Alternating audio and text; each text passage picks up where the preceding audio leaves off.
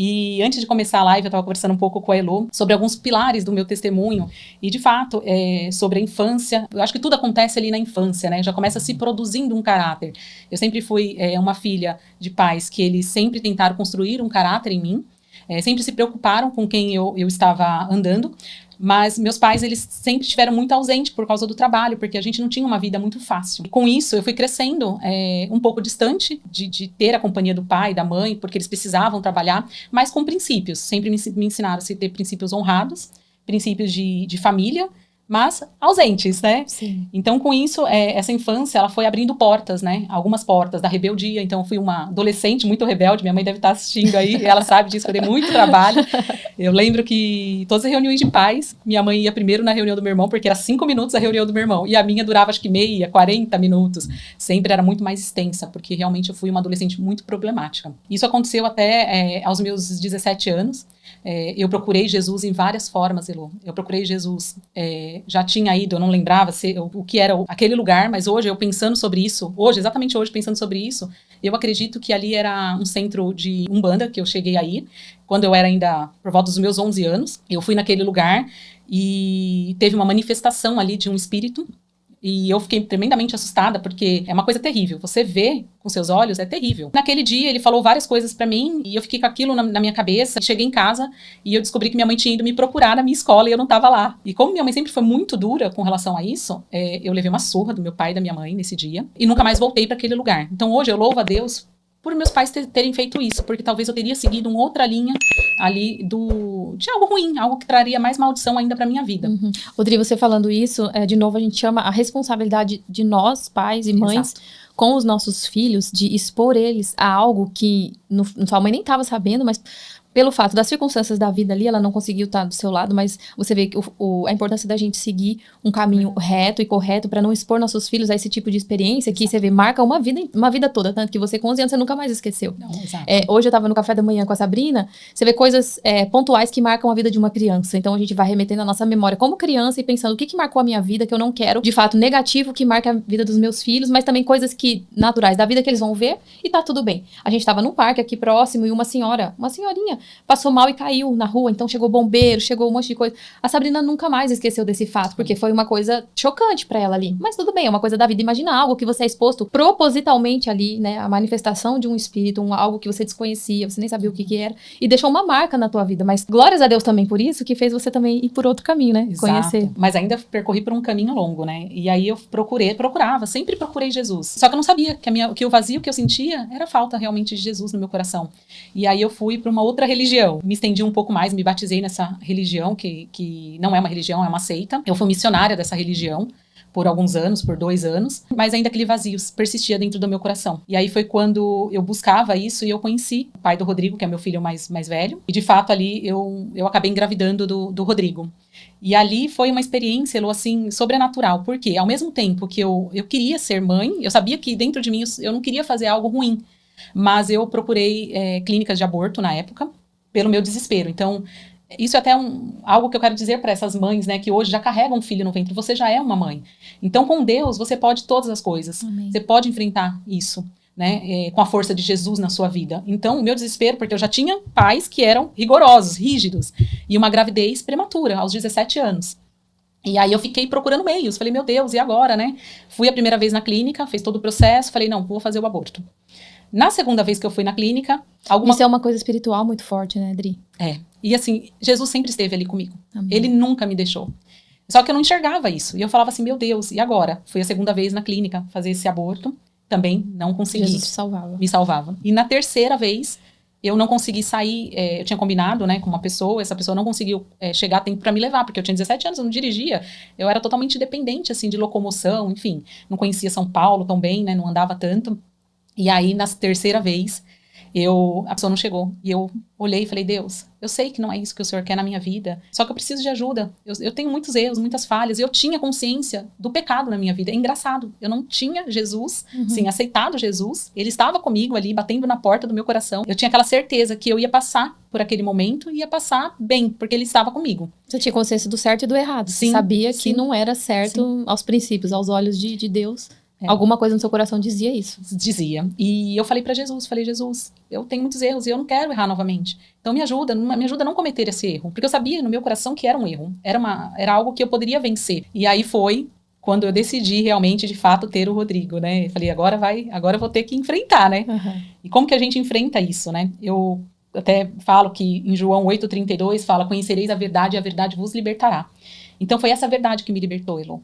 Essa verdade, realmente, ela se plantou no meu coração. E eu falei, Deus, eu te quero. Mas nesse tempo, você estava nessa outra religião, que na verdade era uma seita. Você estava seguindo um protocolo ali que te mandam seguir, né? Religiosidade. Mas como que você chegou à palavra da Bíblia mesmo? Foi um dia, foi um encontro? O que te levou a conhecer a verdade? Foi exatamente isso, Elo. Aí eu, naquela religião, já sentia que tinha alguma coisa muito errada, porque já tinha alguns acessos maiores para mim, porque devido ao nível que eu já tinha alcançado. E aí eu falei, não, tem uma coisa muito errada que não tá certo. E aí quando já era o Espírito Santo, já né? Era o Espírito Santo. Já era o Espírito Santo tocando na nossa vida. E é importante, quando a gente escuta isso, realmente ter a certeza que é Jesus falando. É Jesus tocando o coração. Às vezes a gente fica pensando, será mesmo? Será que eu não tô ficando doida, né? Não, não tá. Não tá ficando louca, não tá ficando doida. É o Espírito Santo falando, sim. Então, quando eu realmente decidi ter o Rodrigo, eu falei, e agora? Né? Como que eu vou fazer isso, né? Tô numa religião que também tinha alguns princípios lá, que não é uma religião, é uma seita, né? E aí, o que aconteceu? Eu falei, eu preciso procurar alguém. Eu procurei um cristão. Eu procurei minha irmã, que era convertida. Na época, minha irmã ela trabalhava muito na igreja, hoje ela é pastora, mas na época ela trabalhava, ela era diaconisa na igreja. E aí eu fui na casa dela. Falei, olha, eu tô desesperada. Eu tô desesperada porque eu tô grávida. Não sei como que eu vou falar pro pai, não sei como eu vou falar pra mãe, mas eu tô desesperada. E foi um sábado. E ela falou pra mim, eu vou com você lá contar pra mãe e pro pai. Falei, tá bom. Nós chegamos lá em casa, não tinha ninguém. De repente minha mãe chegou com meu pai. E brincando.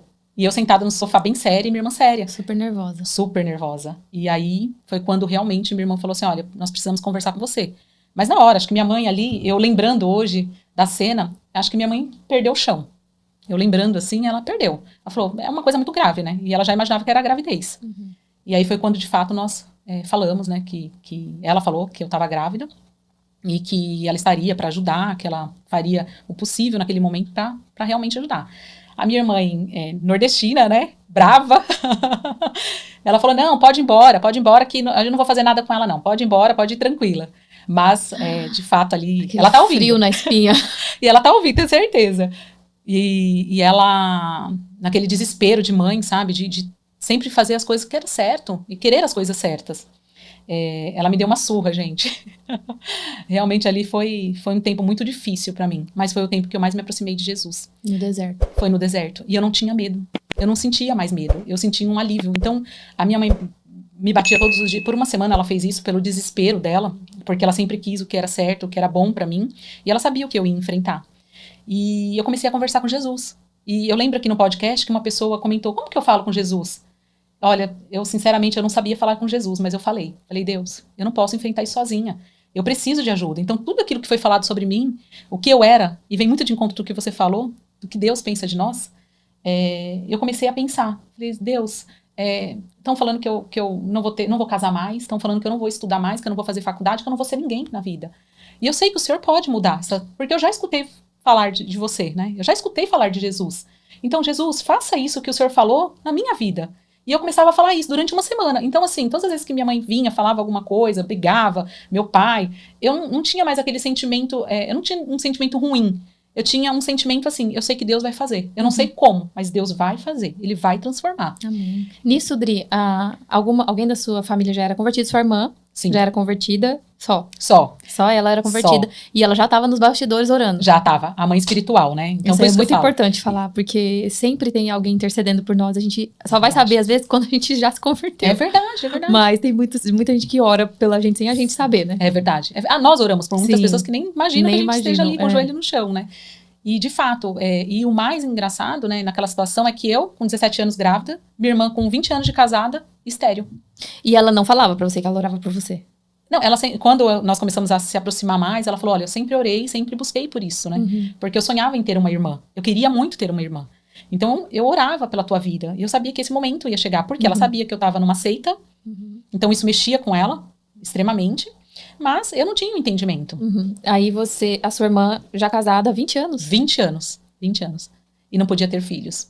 Imagina, na minha cabeça eu falava assim, meu Deus, mas por que o Senhor me escolheu, né? E ele tem um propósito em todas as coisas. Ele escolhe as pessoas porque ele tem um propósito naquela situação. E nesse momento, Elô, aí nós resolvemos fazer uma campanha de 7 passos na minha casa.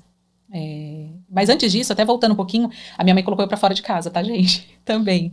Então, naquele momento, eu andava muito, então eu não sei nem se ela sabe disso, mas na época eu não tinha, eu fazia um estágio no Banco do Brasil, e eu tinha que andar muito, mas muito, pra pegar uma condução só, porque eu não tinha dinheiro pra pegar 2. Então, o que eu fazia? Andava de aproximadamente 10 quilômetros a pé grávida, pra utilizar uma condução só pra ir pro trabalho.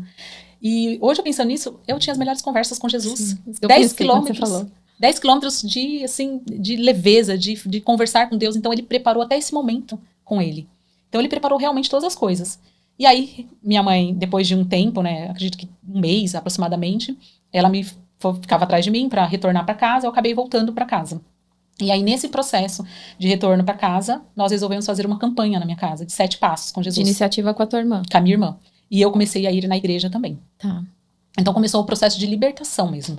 E aí, nós começamos a fazer essas 7 campanhas, esses 7 passos com Jesus. E a primeira palavra que Deus me deu nessa campanha foi Isaías 61:7. Em lugar da sua vergonha, terá dupla honra. Em lugar a afronta, exaltarei a vossa parte. Por isso, na tua terra possuirão o dobro e terão perpétua alegria. Então, foi essa palavra que Deus me deu no dia da minha... Realmente, assim, que eu entreguei para Jesus. Ele falou que na vergonha que eu estava passando, ele ia me dar dupla honra. Porque eu sentia vergonha de ir para a escola, de me expor. Como adolescente, né? Imagina, 17 anos. Hoje eu olho quando o Rodrigo tinha 17 anos, eu olhei e falei, meu Deus, eu já estava grávida dele, né? 18 já mãe. Então, de fato, era uma vergonha para mim, vergonha para os meus pais. E eu sei que essa vergonha para os meus pais ia se transformar em dupla honra, porque ele me deu uma promessa. Amém. Ele falou comigo. Amém. Então, de fato, aí foi quando começaram as coisas a acontecer na minha vida. E aí eu tive o Rodrigo é uma bênção hoje, ele é um cristão, toca na igreja, líder de jovens agora. Que bênção. Então ele era propósito de Deus, eu falava todos os dias no meu ventre, eu colocava as mãos e falava, eu sei que você é um propósito de Deus, e você é a consagração de Deus. Então eu te consagro todos os dias a viver uma vida com Deus. Então eu sempre fazia isso durante toda a minha gestação. E aí, enfim, tive o Rodrigo, né, aí que hoje faz todas as coisas assim, com o segundo coração de Deus. E foi um processo muito, muito árduo, mas foi gratificante, porque Deus mudou a minha sorte naquele momento. Deus transformou a minha sorte. E aí começou o seu grande amor. O grande amor. E engraçado que, às vezes, a gente pensa assim, será que eu tô pronto para me batizar? Será que eu tô pronto para servir a Deus? Eu lembro que no dia do meu batismo, eu estava pensando, falei, Deus, eu não sou digna nem do batismo. Quem sou eu, né, para querer descer as águas e falar que eu aceito o Senhor como o meu Salvador? Eu não sou ninguém. E eu lembro que eu desci as águas chorando. E não foi de alegria, foi de medo, de temor. Eu tinha muito temor, eu tenho muito temor a Deus. Então, quando eu olhei para aquilo, eu falei assim, Senhor, transforma a minha vida. Porque eu sei que a minha capacidade, a vida do homem, ela já é regada pelo pecado. Mas o Senhor é o que transforma, é o que redime a nossa vida. Então, nesse momento que eu tô descendo as águas, me ajuda. Porque eu queria desistir. Minha irmã falou, não, você vai se batizar. Você vai se batizar. Já estava na fila para se batizar. E eu chorando desesperadamente, porque eu achava que eu era muito pecadora e que eu não ia conseguir. Mas não, o batismo, ele é um mandamento, né?